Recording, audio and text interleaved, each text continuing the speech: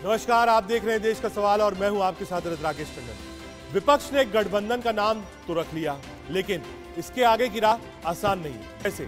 सीटों का बंटवारा कैसे होगा, संयोजक कौन होगा, सीएम पद का चेहरा कौन होगा, ये तीन बड़े सवाल हैं। वहीं आपसी मनमुटाव भी विपक्षी गठबंधन के लिए एक टेंशन का कारण है। आरजेडी जेडीयू में भी सब कुछ ठीक नहीं दिख रहा है। आम आदमी पार्टी चुनावी राज्यों में एंट्री करने का ऐलान कर चुकी है, जिसका मतलब विपक्ष को नुकसान हो सकता है। और तो और शरद पवार अब तक समझ के परे हैं हमारे। आखिरकार उनके मन और दिमाग में क्या चल रहा है? ऐसे में विपक्ष के इंडिया का फाइनल मेल कैसे होगा, इन्हीं सवालों को लेकर चर्चा करेंगे। लेकिन पहले कुछ बयान। सवाल मंत्रियों के आने का नहीं है, सवाल यह है कि उन मंत्रियों ने घोसी विधानसभा की जनता के लिए क्या सुविधाएं दी हैं। और अगर महंगाई है, बेरोजगारी है और क्षेत्र में विकास नहीं हुआ है, तो यहाँ की जनता ने मन बनाया है कि इन लोगों को सबक सिखाएंगे। और जो जनता का विश्वास तोड़ रहे हैं, जिस जनता ने चुन कर के भेजा, इन्होंने वोट के साथ विश्वास किया है। इस जनता ने उन्हें बड़ी उम्मीद के साथ जिता करके भेजा, इस उम्मीद के साथ कि यहाँ का विकास होगा। लेकिन ये लोग अपने स्वार्थ में, अपने व्यक्तिगत स्वार्थ में पलायन करके गए हैं। और ऐसे लोग जो पलायन करके गए हैं, उनको सबक सिखाने के लिए घोसी की जनता तैयार है। पार्टी की ओर से मेरा मानना है कि चलिए, आपकी आज़ादी है, आप कुछ भी बयान दे दें, लेकिन इंडिया गठबंधन की जब नींव पड़ रही थी और जब उसका ढांचा खड़ा हो रहा था, तो उसकी कुछ मर्यादाएं थी और उन मर्यादाओं पर थोड़ा विशद विश्लेषण भी हुआ था, बातचीत हुई थी। मुझको लगता है कि बयानों के इतर वो उस मर्यादा का पालन करेंगे। नीतीश जी के प्रयास का सवाल है, तो नीतीश जी की तो जो अपनी हालत इतनी खराब है, जो अपने राज्य में अपना पैर रखने का ठिकाना नहीं है, तो आप विपक्षी एकता और देश के स्तर पर उनको, भाई अगर विपक्षी एकता कोई करेगा, अगर आप ऑर्डर में भी देखिए तो सबसे बड़ी पार्टी कांग्रेस है, उसके बाद तृणमूल है, उसके बाद डीएमके है, जो पूरे राज्य जीत कर बैठे हुए हैं। उनके पास 20-20, 25-25 एमपी हैं, अपने राज्य में वो जीतने का दावा कर सकते हैं। नीतीश कुमार जी के पास तो कुछ है ही नहीं।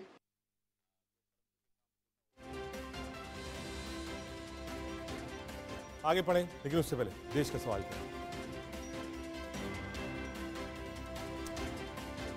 आज देश का सवाल है, इंडिया गठबंधन में कौन कौन सी दिक्कतें सामने आ रही हैं। शरद पवार 50-50 का मैच क्यों खेल रहे हैं? बीएसपी का इंडिया में शामिल होना क्यों मुश्किल है?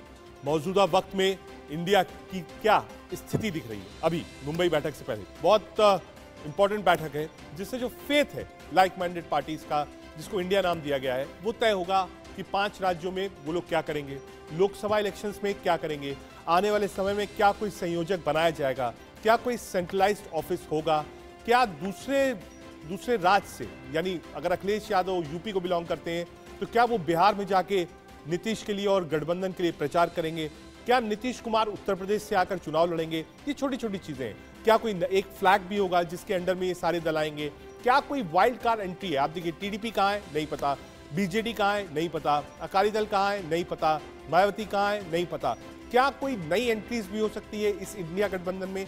ये 4-5 चीजें हैं और इसको लेकर हम बहस करेंगे। एक लंबा चौड़ा पैनल हमारे साथ होगा। हमारे साथ शिवम छावड़ा भारतीय जनता पार्टी की तरफ से जुड़ेंगे, डॉक्टर राजू वाघमारे प्रवक्ता कांग्रेस पार्टी की तरफ से जुड़ेंगे, वंशराज दुबे प्रवक्ता आम आदमी पार्टी की तरफ से होंगे, प्रोफेसर लोकेश शर्मा प्रवक्ता समाजवादी पार्टी की तरफ से होंगे। लेकिन फिलहाल हमारे साथ डॉक्टर राजू वाघमारे जी हैं कांग्रेस का पक्ष रखने के लिए।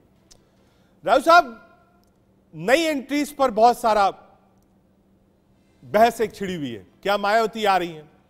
क्या टीडीपी आपके पास आ रहा है? अकाली दल बीजेपी से अलग खड़ा हुआ है, क्या उससे बातचीत हो रही है? तो क्या ये जो कुनबा है इंडिया अलायंस का, ये कुछ बढ़ने वाला है मुंबई जाकर?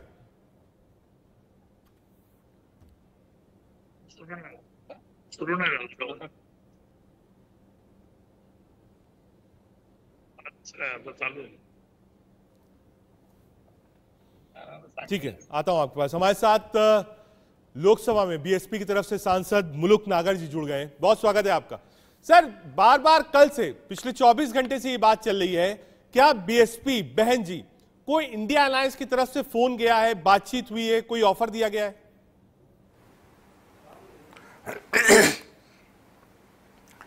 देखिए, ये मेरे हिसाब से तो सब झूठी बातें चल रही हैं। हमारी पार्टी के एक एमपी दानिश साहब गए थे पटना और वो नीतीश जी से मिले, उन्होंने फोटो खिंचवाया, जिसकी वजह से ये आइडिया लगा रहे हैं कि लोग जो रूमर चल रही हैं, जो हम भी सुन रहे हैं कि 40 सीट हमने मांगी, उन्होंने 31 दी। मेरे हिसाब से जितनी जानकारी में है ये सब झूठ है, इस बात में कोई भी दम नहीं है। ठीक है, लोगों ने यहां तक कहा सूत्रों ने कि जम्मू एंड कश्मीर के पूर्व मुख्यमंत्री फारूक अब्दुल्ला साहब ने बहन जी से बात करी है फोन पर और इनवाइट किया है, और बहन जी ने अपनी शर्तें रखी हैं जिसको लेकर जो इंडिया अलायंस की बैठक होगी उस प्रपोजल पर बातचीत करेंगे अपोजिशन के लीडर्स।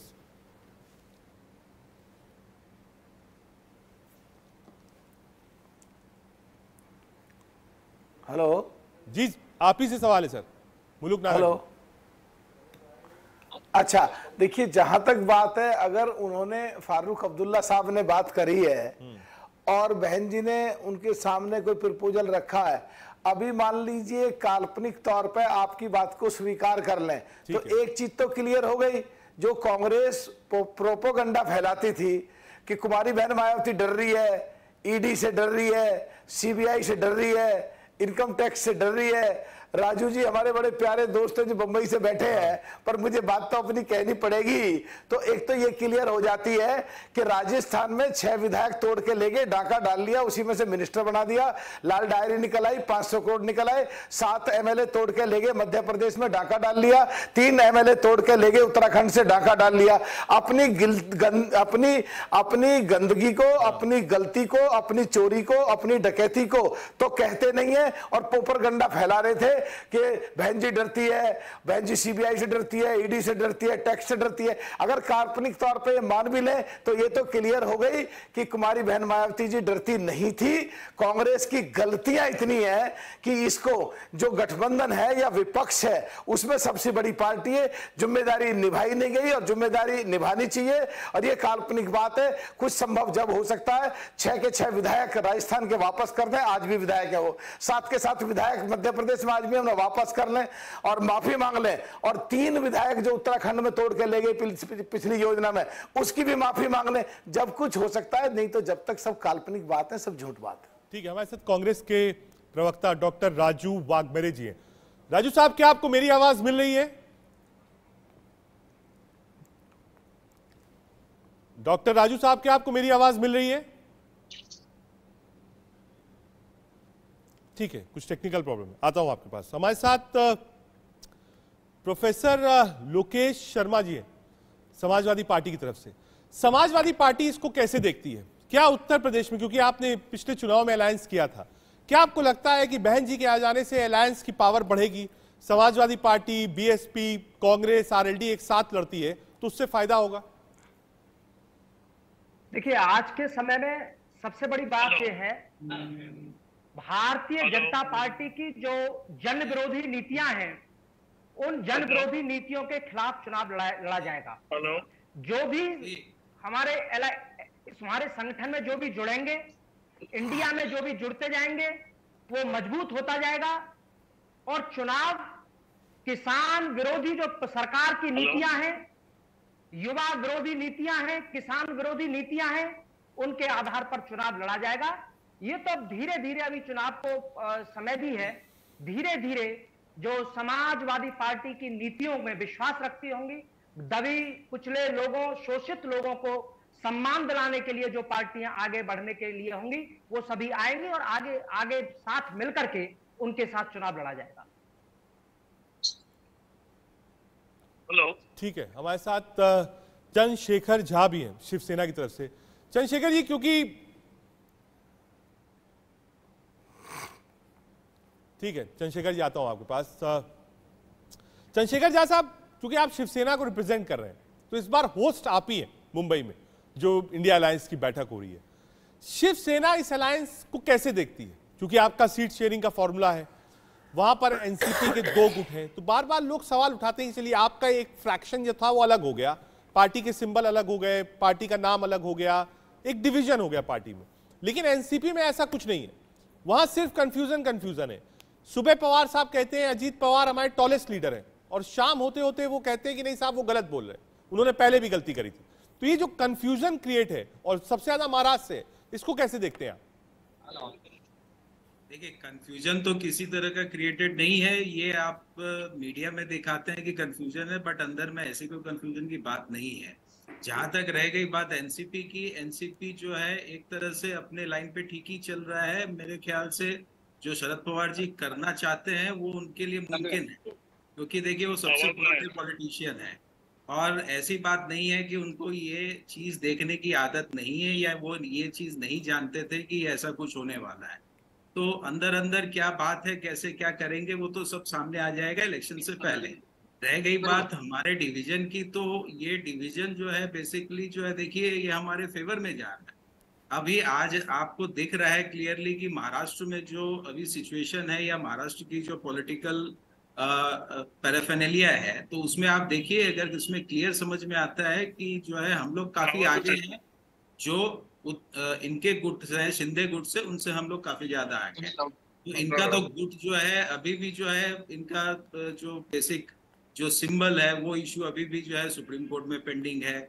इनका जो स्पीकर के पास पिटीशन अगेंस्ट में, तो ये सारी चीज देखने से ये क्लियर है कि हम लोग काफी आगे हैं, और इस जो है एक अहम भूमिका हम लोग निभा रहे हैं। और ये सब जो है मिलके, हम लोग सब मिलके एक गुट में जो है भूमिका है। और ये ठीक है, आ रहा हूं हमारे साथ Alok Mehta sir, editorial director ITV group के से। आलोक सर, ये जो अलायंस है और ये जो ऑफर और जो चर्चा है, हालांकि मुलुक नागर जी मना कर रहे हैं, कह रहे हैं हाइपोथेटिकल आप लोग सोच रहे हैं, अगर बहन जी इस अलायंस में आती हैं तो क्या परसेप्शन वैल्यू चेंज होगी और यूपी में अलायंस को ताकत मिलेगी? पहला। दूसरा, बैरिकेड्स क्या है मुंबई की मीटिंग से पहले? देखिए रजत जी, जहां तक मैं समझता हूं, मायावती जी को आप तो यूपी के आप भी बहुत अच्छी तरह जानते रहे हैं। अब अखिलेश यादव भी उस मूड में नहीं है कि मायावती जी वहां आए। मायावती जी, उनके जो प्रवक्ता है वो भी ये बात कह चुके हैं कि उनका कांग्रेस के साथ कैसा खराब अनुभव रहा। तो ऐसी स्थिति में मेरा ऐसा मानना है कि वो यूपी में गठबंधन संभव नहीं है। मायावती जी, जैसे राजस्थान की बात कही जा रही है या मध्य प्रदेश में, वो भी अप्रत्यक्ष रूप से देखा जाए तो वो अपने बल पर, जो उनके लोग वहां पर हैं उनके बल पर फायदा उठा रहे हैं। जहां तक शरद पवार जी की बात है, वो बिल्कुल अभी जो उनके प्रवक्ता शिवसेना के कह रहे हैं, शिवसेना उनको, शरद पवार जी को पता, उनके बारे में जो जानते हैं कि वो क्या करेंगे, क्योंकि वो उनके कितनी बार पाले बदले हैं, हम उस पर कई बार चर्चा कर चुके हैं। और इसलिए अजित पवार जी के साथ अभी जो बात हुई, बाद में खंडन हो गया, लेकिन वो चुनाव से पहले नहीं, चुनाव के बाद का देख रहे हैं। और आपकी भी बात होती रही, पृथ्वीराज चौहान हमारे चैनल में भी बोले, पृथ्वीराज चौहान पहले भी इस बात से खुश नहीं थे जब से गठबंधन एनसीपी के साथ हुआ था शुरुआत में भी। और इसलिए मैं नहीं मानता कि वहां की कांग्रेस पार्टी अंदर से उस गठबंधन में एक जैसे कंधा से कंधा मिला के जो लड़ाई लड़ने की बात होती है, हाँ टिकट बंटवारे में हाई कमांड तय कर लेता है, प्रधानमंत्री राहुल गांधी को स्वीकार कर लेंगे, ये बात कहते रहे, लेकिन वो अंदरूनी बात होगी, पब्लिकली। अब तो सोनिया गांधी वाली आपत्ति भी नहीं है। या तो ये शरद पवार को अपना नेता कांग्रेस मान ले इस पूरे गठबंधन का, या नीतीश जी को मान ले। मैं मानता हूं कि ये गठबंधन तभी चल सकता है जब कांग्रेस पूरा सरेंडर अभी करके दिखाए। वो करके दिखाएगी कि नहीं, ये कांग्रेस के प्रवक्ता अभी यहाँ होंगे तो वो कहें, या कोई जिम्मेदार आदमी कहेगा, मुझे नहीं लगता। वो सत्ता में कहते हैं कि बाद में सत्ता दे देंगे, लेकिन 100-125 सीट कांग्रेस ले आएगी, जैसा वो दावा करती है कि ज्यादा से ज्यादा ले आएंगे, तो उसके बाद तो उन्हीं की सरकार बनेगी। फिर वो किसको, कोई 20 का 50 का, उसको ममता को मानेंगे? ममता को नहीं मानने को तैयार है अधीर रंजन चौधरी। कल ही उन्होंने बहुत ही ज्यादा भर्त्सना की है। दिक्कतें हैं। एक बार डॉक्टर राजू वाघमरे, क्या आपको मेरी आवाज मिल रही है? आ रही है। ठीक है राजू साहब, बीएसपी के एमपी हैं, मुलुक नागर साहब हमारे साथ हैं। जब उनसे पूछा कि क्या बहन जी अलायंस में आ रही हैं, तो उन्होंने कहा साहब जो उत्तराखंड, मध्य प्रदेश और हमारे बहुत अच्छे दोस्त हैं, जो तीनों जगह आपने एमएलए तोड़े जी, हमारे बहुत अच्छे दोस्त हैं राजू जी। तो राजू जी वो कह रहे हैं साहब वो विधायक हमारे वापस भेज दीजिए, माफी मांग लीजिए, तब हम सोचेंगे कि अलायंस में आना है कि नहीं आना है। कहा जितनी नाराजगी कांग्रेस से है बहन जी की, उतनी किसी और पार्टी से नहीं है। नहीं, देखिए, अभी जो विधायक हमारे पास आए इसका फैसला तो हाई कमांड लेगी, सबसे पहली बात। दूसरी बात कि इंडिया का जो गठबंधन है ये बहुत ही बड़े पैमाने पे अपने को किसी भी हालत में भाजपा को सत्ता से निकालना है, लोकतंत्र की रक्षा करनी है, संविधान की रक्षा करनी है। तो हमारा जो मकसद है वो बहुत ही बड़ा है। अभी इस बड़े मकसद के लिए हमारे जो भी गिले शिकवे रहेंगे वो बैठ के संवादों से हम उसको छुड़ा सकते हैं, लेकिन अपने आगे का जो लक्ष्य है वो लक्ष्य अभी नहीं तो कभी नहीं इस तरीके का है। क्योंकि अगर 2024 में भाजपा को अगर इंडिया गठबंधन ने या हमने सबने अगर हराया नहीं तो शायद ही अगले चुनाव इस देश में आएंगे। क्योंकि जिस तरीके से मोदी साहब की तानाशाही और भाजपा की तानाशाही के रुख इस देश में लागू पड़ रहे हैं, उस रुख से ऐसा लगता नहीं कि अगर ये जीत गए तो वापस दोबारा चुनाव लेके आएंगे। लेकिन राजू साहब, बीएसपी कह रही है कि जो काम आपने किया विधायक तोड़ने का, उसके लिए आपको माफी मांगनी पड़ेगी। देखिए, विधायक तोड़ने का जो काम है या विधायक हमारे पास अपनी मर्जी से आए, यहाँ कोई किसको तोड़ता नहीं है, ना कोई किसको जबरदस्ती करता है।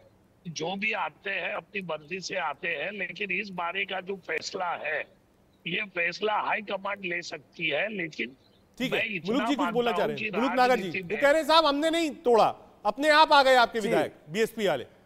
जी राजू बहुत बढ़िया इंसान है, मेरा बहुत प्यारा दोस्त भी है। मैं सीधा पूछना चाहता हूं, क्या महाराष्ट्र में भी इनके विधायक जो ये आरोप लगाते हैं बीजेपी ने तोड़ लिए, तो क्या अपनी मर्जी से गए वहां वो भी? एक तो ये बताएं। दूसरा, क्या राजस्थान में 6 हम बगैर शर्त के इनको समर्थन दे रहे थे, तो अपनी मान लिया हाइपोथेटिकली कि हम वो अपनी मर्जी से गए, तो क्या इनको लेने चाहिए थे? उन्हीं में से एक मिनिस्टर है जो 500 करोड़ की डायरी आई, लाल डायरी निकली, तो क्या मध्य प्रदेश में भी 7 लोग तोड़ के ले गए, तो क्या वो भी अपनी मर्जी से ही गए थे? उत्तराखंड में 3 ले गए, क्या वो भी अपनी मर्जी से ही रहे थे? यूपी में हमारे पास 13.5% वोट है, 13.5% जिधर मिल जाता एक तरफ चला जाता है। तो कांग्रेस आज ईगो पे क्यों अड़ी हुई है? क्यों नहीं विधायक वापस करती? क्यों नहीं माफी मांगती? क्यों नहीं सारे इकट्ठे होकर बहन जी के पास जाके मनाते, अगर वास्तव में बीजेपी को हराना चाहते हैं? ठीक है, आ रहा हूं राजू साहब, आप हमारे साथ देखिए, आ रहा हूं। एक मिनट राजू साहब, 1 मिनट में आ रहा हूं। एक बार वंशराज दुबे जी के पास जाना है। वंशराज दुबे जी, अलायंस जो है कई बार ऑन रिकॉर्ड बड़े नेताओं ने कहा है कि ये लोकसभा के लिए, लेकिन बार बार ये चीज आती है और मुझे लगता है अलायंस की जब मीटिंग होगी 31 और 1 को मुंबई में है होटल में, तो ये बात आएगी कि आम आदमी पार्टी जो है वो मध्य प्रदेश, छत्तीसगढ़ और राजस्थान में भी कैंपेन कर रही है।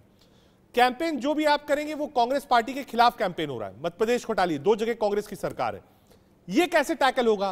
क्या ये अलायंस सिर्फ लोकसभा के लिए? आम आदमी पार्टी आएगी, चुनाव लड़ेगी, कांग्रेस के खिलाफ लड़ेगी, कोई दिक्कत नहीं, ओपन है।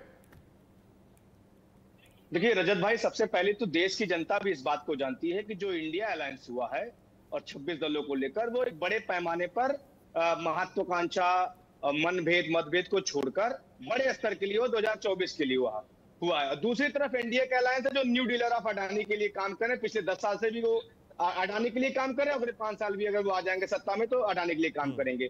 आम आदमी पार्टी चूंकि लगभग पिछले 2.5 साल से मध्य प्रदेश के अंदर, छत्तीसगढ़ के अंदर अपने संगठन को मजबूत करे और लगातार लंबे समय से वहां पर एक मौका केजरीवाल को इस तरीके का कैंपेन हम चला रहे हैं, तो जाहिर सी बात है हम राज्य के चुनाव में जा ही रहे। भी जनता इस बात को जान रही है कि जो अलायंस हुआ है वो बड़े पैमाने पर 2024 के लिए हुआ है, नरेंद्र मोदी की तानाशाह सरकार को उखाड़ फेंकने के लिए हुआ है, लोकतंत्र को बचाने के लिए हुआ है, संविधान को बचाने के लिए हुआ है। तो इसमें कहीं कोई कंफ्यूजन आ रहा हूं आपके पास। एक बार राजू जी के पास जाए। राजू जी, आम आदमी पार्टी कह रही कि हम तो 6 महीने से ताकत लगाए हुए हैं, जब अलायंस की ज्यादा चर्चा भी नहीं थी, कहा हमने वहां नारे भी दिए हुए हैं, तो चुनाव हम लड़ेंगे। क्या कांग्रेस पार्टी ओपन है? 2 ऑप्शन है, पहला तो आप स्पेस दीजिए आम आदमी पार्टी को, एक अलायंस कर लीजिए, जो सीटें बनती दीजिए। दूसरा, आप ओपन रहिए कि नहीं साहब आप भी लड़ो हम भी लड़ते हैं, लोकसभा में हमारा अलायंस होगा। देखिए, ये जो फैसले हैं, ये सभी पार्टी के वरिष्ठ नेता जो है वो हाई कमांड ये फैसला करने वाले हैं कि लोकसभा के लिए क्या होगा और विधानसभा के लिए क्या होगा। ये जो अभी बैठक 31/1 में होगी, इसमें कई सारे मुद्दे आने वाले हैं कि जो मुद्दों का जिक्र अभी प्रवक्ता जी ने किया। रही बात विधायकों को तोड़ने की, भाजपा की जो राजनीति है वो ईडी, सीबीआई और इनकम टैक्स को लेके किसी भी हालत में साम दाम दंड भेद करके विधायकों को अपने पास से या पार्टी को तोड़ना, पार्टी को लेके जाना, और पार्टी का गठबंधन है वो सरकार तोड़ के अपना सरकार बनाना, ये काम तो कांग्रेस।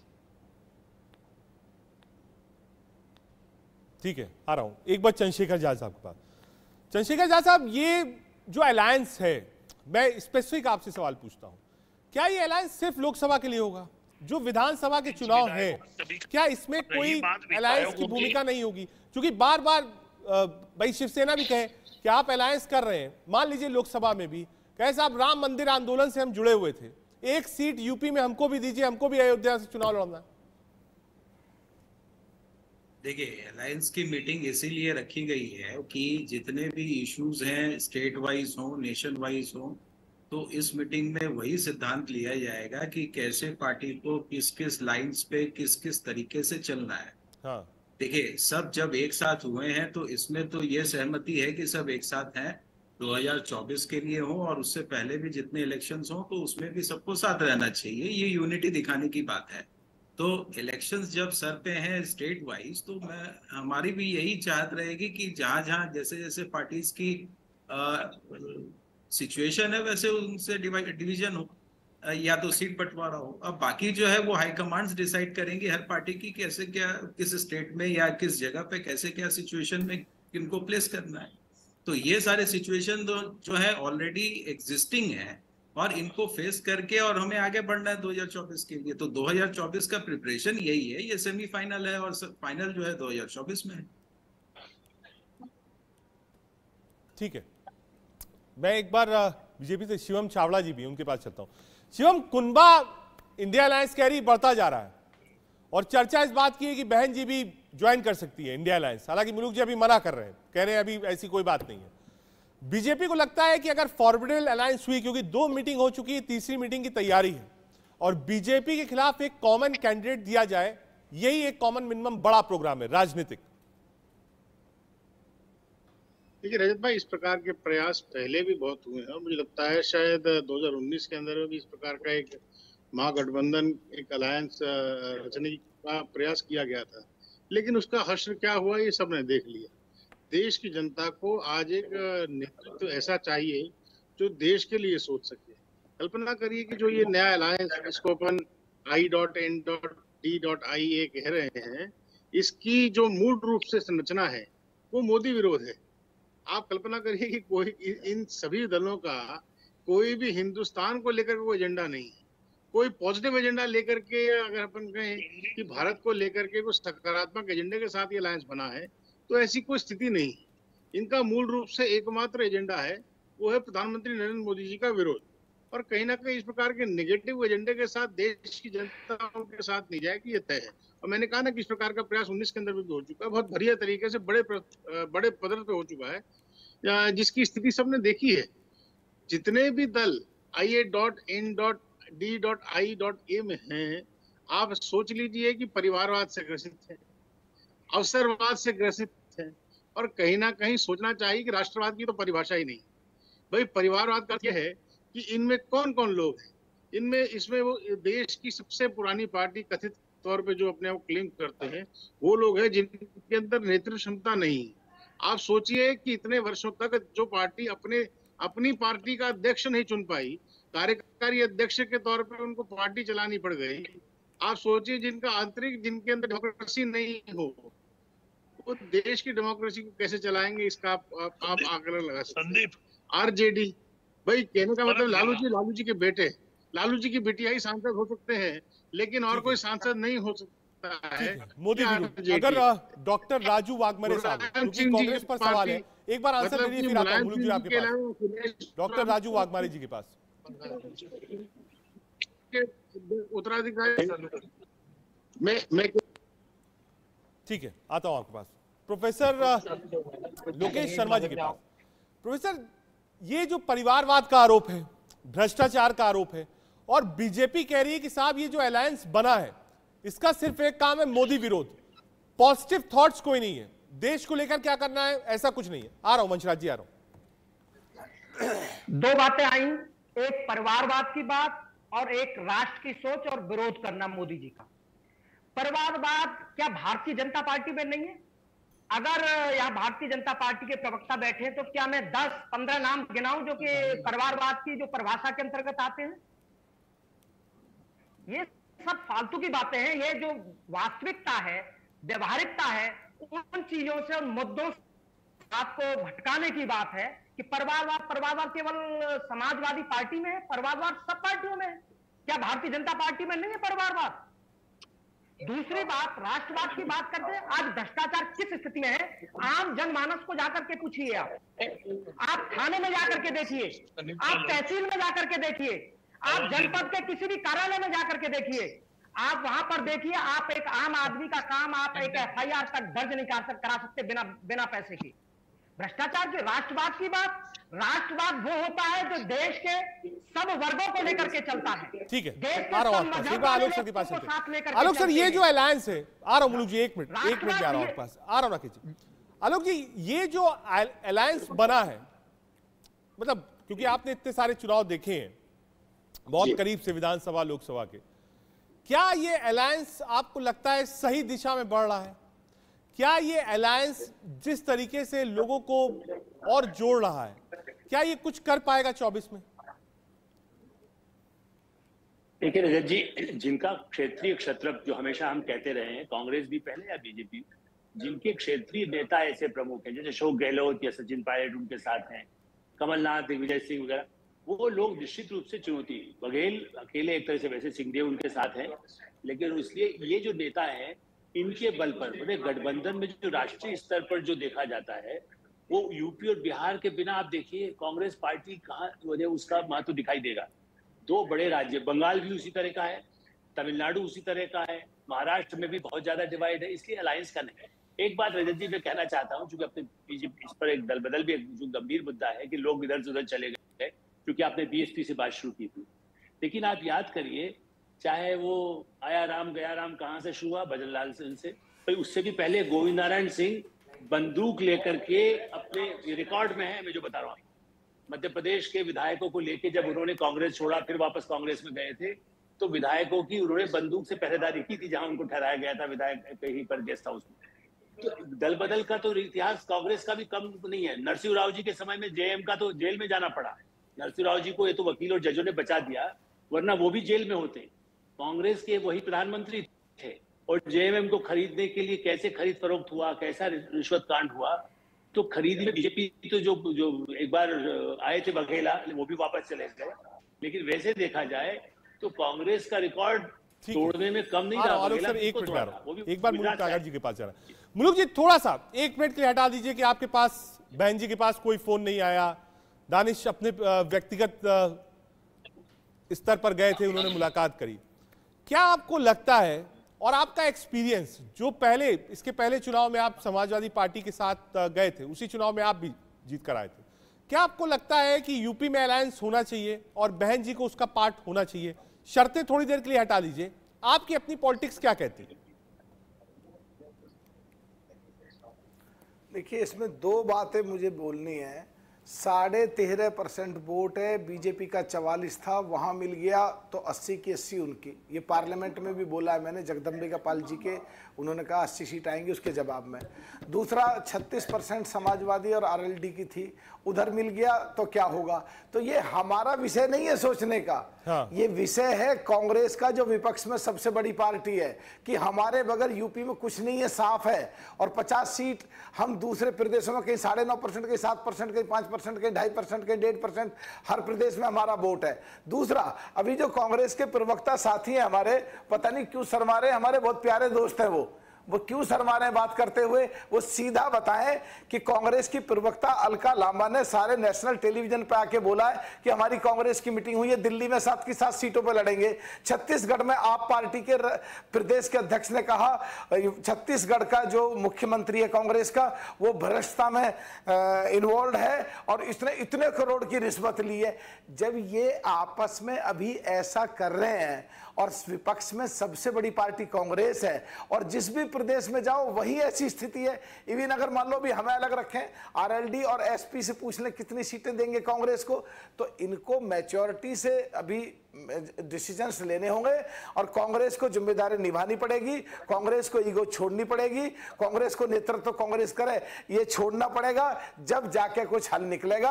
नहीं सारे लड़ लड़ के ऐसे ही आपस में मर जाएंगे और बीजेपी जीत कर चली जाएगी और जितने विपक्ष कमजोर हो जाएगा देश के लिए ठीक नहीं है। बीजेपी वाले लोग अपनी मनमानी करेंगे फिर। ठीक है डॉक्टर राजू साहब, वो कह रहे हैं भाई भूमिका आपकी है और जिम्मेदारी आप ही की है, स्पेस आपको देना पड़ेगा। और कहा साहब तय करिए ना छत्तीसगढ़ में आम आदमी पार्टी क्या कर रही है, कहा वोटिंग परसेंटेज भी बता दिया बहन जी का यूपी में और यूपी के बाहर राज्यों में क्या क्या है, तो कहा फैसला तो आप ही को लेना है कि बहन जी आए या ना आए। देखिए हमारा फैसला एक ही है कि भाजपा के खिलाफ हमें लड़ना है और भाजपा के खिलाफ लड़ने के लिए जो जो लोग हमारे साथ में आएंगे उनको साथ में लेके चलना है। कांग्रेस ने ये जो पहल जो रखी है इंडिया की, वो उसके लिए रखी है कि भाई सबको साथ में लेके ही लड़ेंगे तो ही हम बीजेपी के साथ जीत सकते हैं। अगर हम पीछे का चुनाव के सब आंकड़े देखते हो तो जितना जहां भी हमारे वोट डिवाइड हो गए हैं वहां बीजेपी जीत गई है। तो अगर हमारे वोट्स डिवाइड नहीं होते हैं अलग अलग पार्टियों में, इसीलिए इंडिया का निर्माण हुआ है, इसीलिए इंडिया को लेके हम चल रहे हैं। तो कांग्रेस कहीं भी अपना ईगो या हम बड़े हैं इस भूमिका में नहीं है। कांग्रेस सबको साथ में लेके जाने की भूमिका में है और उसी भूमिका को हम आगे लेके जा रहे हैं। राजू भाई भूमिका में नहीं हो तो आपसे क्यों लड़ रहे हो? बंगाल में ममता से क्यों लड़ रहे हो? बिहार में नीतीश से क्यों लड़ रहे हो? वहाँ एनसीपी से क्यों लड़ रहे हो? महाराष्ट्र में, यूपी में हमसे क्यों लड़ रहे हो?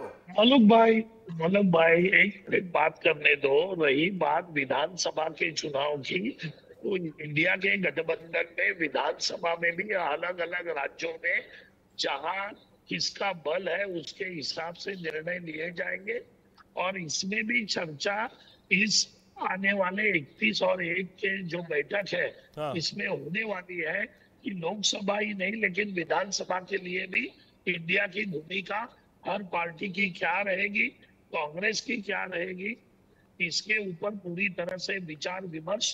ठीक है, आ रहा हूं वंशराज दुबे जी के पास जा रहा है आम आदमी पार्टी का पक्ष समझने के लिए।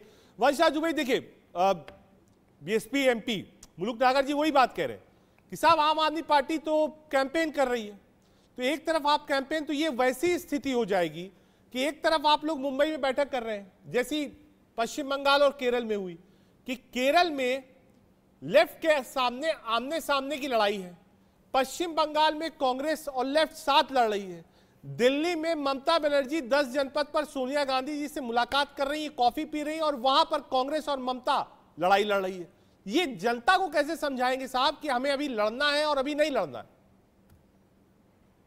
रजत भाई देखिए, जैसा कि अभी कांग्रेस के भी प्रवक्ता ने इस बात को कहा, राजू भाई ने भी, कि ये जो खास करके जो 3 राज्यों के चुनाव हैं इसमें क्या होगा, 2 पार्टियां एक साथ आएंगी या नहीं आएंगी, मुझे लगता है कि पार्टी का शीर्ष नेतृत्व तय करेगा और बहुत सारी चीजें 31 और 1 तारीख को छन के आपके सामने आ जाएंगी। तो उसमें कहीं कोई कंफ्यूजन की बात नहीं। आम आदमी पार्टी की तरफ से मैं आपको ये बताऊं कि पिछले 2.5 साल से हम अपने कार्यक्रम को चला रहे हैं।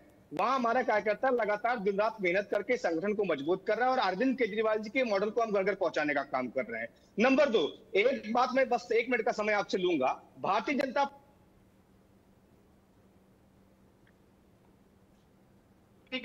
कही, नंबर 1 उन्होंने कहा कि भ्रष्टाचार, परिवारवाद और राष्ट्रवाद। आज आप सोचिए कि 7 बड़े घोटाले का उजागर सीएजी ने इस देश के सामने रखा है। भारतीय जनता पार्टी का भ्रष्टाचारी चेहरा देश के सामने आ गया है।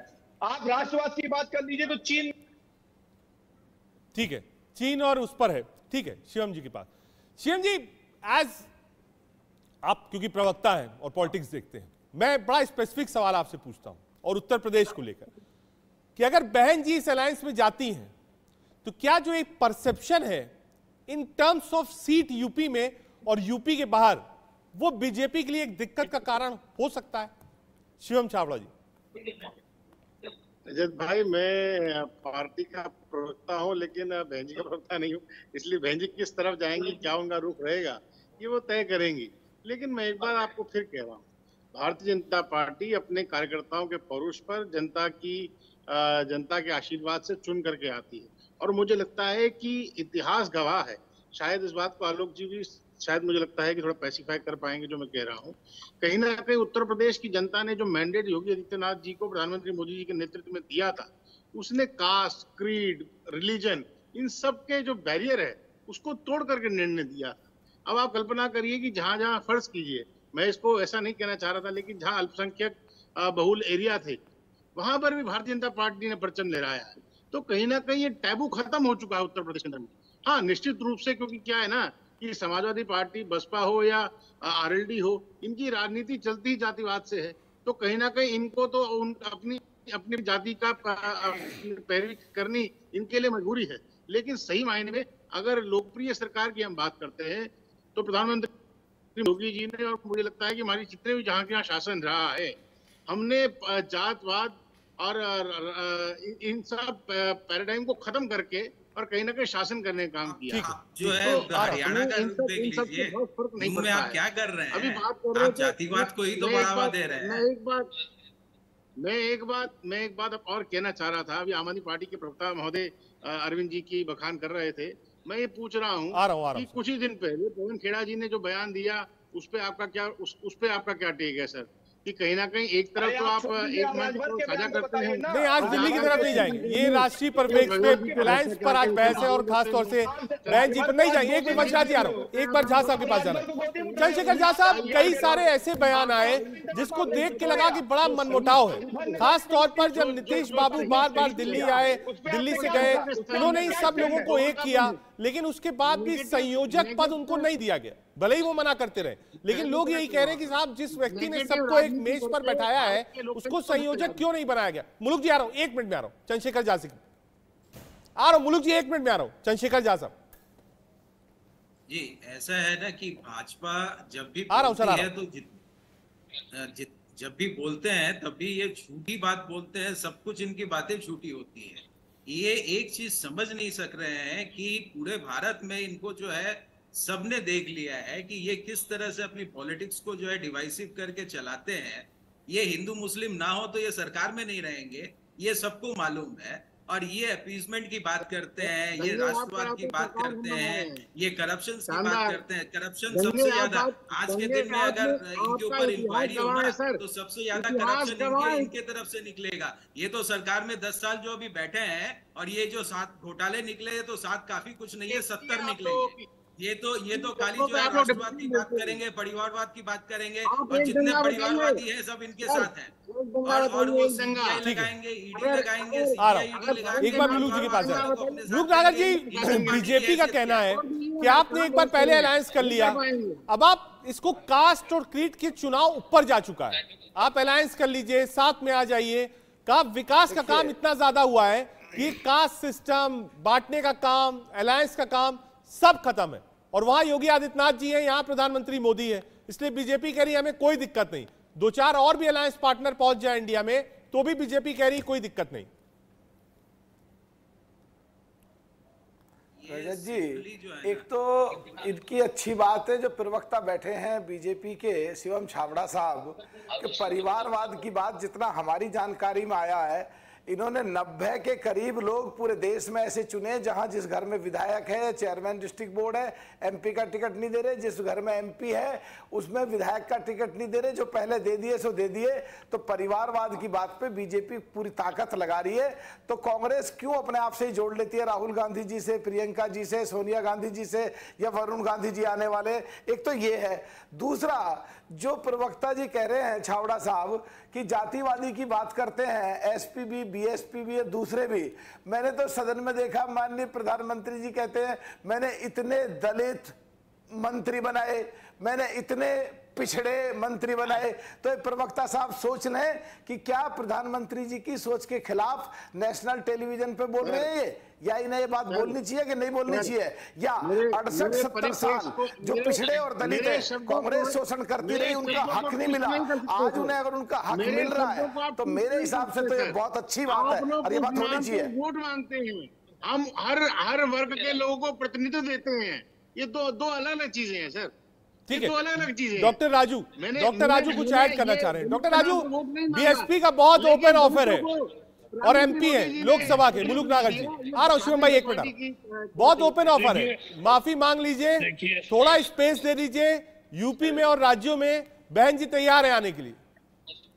देखिए, मुलुक नागर जी हमारे बड़े भाई है, हमारे बहुत अच्छे दोस्त हैं, उनका ऑफर है, हम बहन जी को साथ में लेना चाहते ही है, बहन जी के से हम कभी दूर जाना नहीं चाहते हैं। रही बात थोड़ी बहुत नेटी ग्रिटी की, तो हाई कमांड आपस में बात करेंगे। इंडिया के मौके के ऊपर हम सभी को साथ में लेके जाना चाहते हैं। रही बात भाजपा की, तो जिसकी राजनीति की नींव है वही धर्म और जाति के द्वेष के ऊपर खड़ी हो, उस पार्टी का इस देश के सेक्युलरिज्म को और इस देश को आगे लेके जाने में कैसा अंतर होगा। पूरे दुनिया का इतिहास अगर आप देखेंगे तो जो राष्ट्र ने धर्म के नाम पे राजनीति की है वो राष्ट्र का अंत हो गया है। तो ये अगर इनके साथ अगर ये देश की जनता अगर आगे के चलने की कोशिश किसी को भी नहीं करनी है, सब जन को इनसे दूर जाना है, सब जन को लोकतंत्र और संविधान को टिकाना है, और इसीलिए हमको इंडिया का जो महत्व है वो ध्यान में रखते हुए, इंडिया को साथ में रखते हुए हमारी ये कोशिश यही रहने वाली है कि भाई सब जितने भी लोग हैं कि जो भाजपा के खिलाफ है वो सभी लोग इंडिया में आ जाए, क्योंकि हम लोग अगर साथ में खड़े रहते हैं तो ही भारत इंडिया की जीत है और भाजपा की हार है, तानाशाही की हार। शर्मा जी पास, लोकेश जी, क्या अखिलेश जी की कोई बातचीत हुई बहन जी से? पिछली बार तो हमने देखा था खूबसूरत बुके भी था, शॉल भी था, क्या इस बार कोई बातचीत हुई बहन जी से? देखिए, अभी अलायंस को बनाने की प्रक्रिया जारी है। अभी हर राजनीति में हर संभावनाएं, ठीक है, हर संभावनाएं मौजूद होती हैं। ऐड करना चाह रहे हो, कह रही समाजवादी पार्टी भी कह रही है कि संभावनाएं हैं, बिल्कुल जी, सब चीजें संभावनाएं होती है राजनीति में। साहब मैं दो बातें मुझे करनी है। बताइए। आपने कहा हमारा ऑफर है, तो ये कुमारी बहन मायावती जी को पावर है केवल कि वो समझौता करेंगी या नहीं करेंगी, वो मना कर चुकी हैं।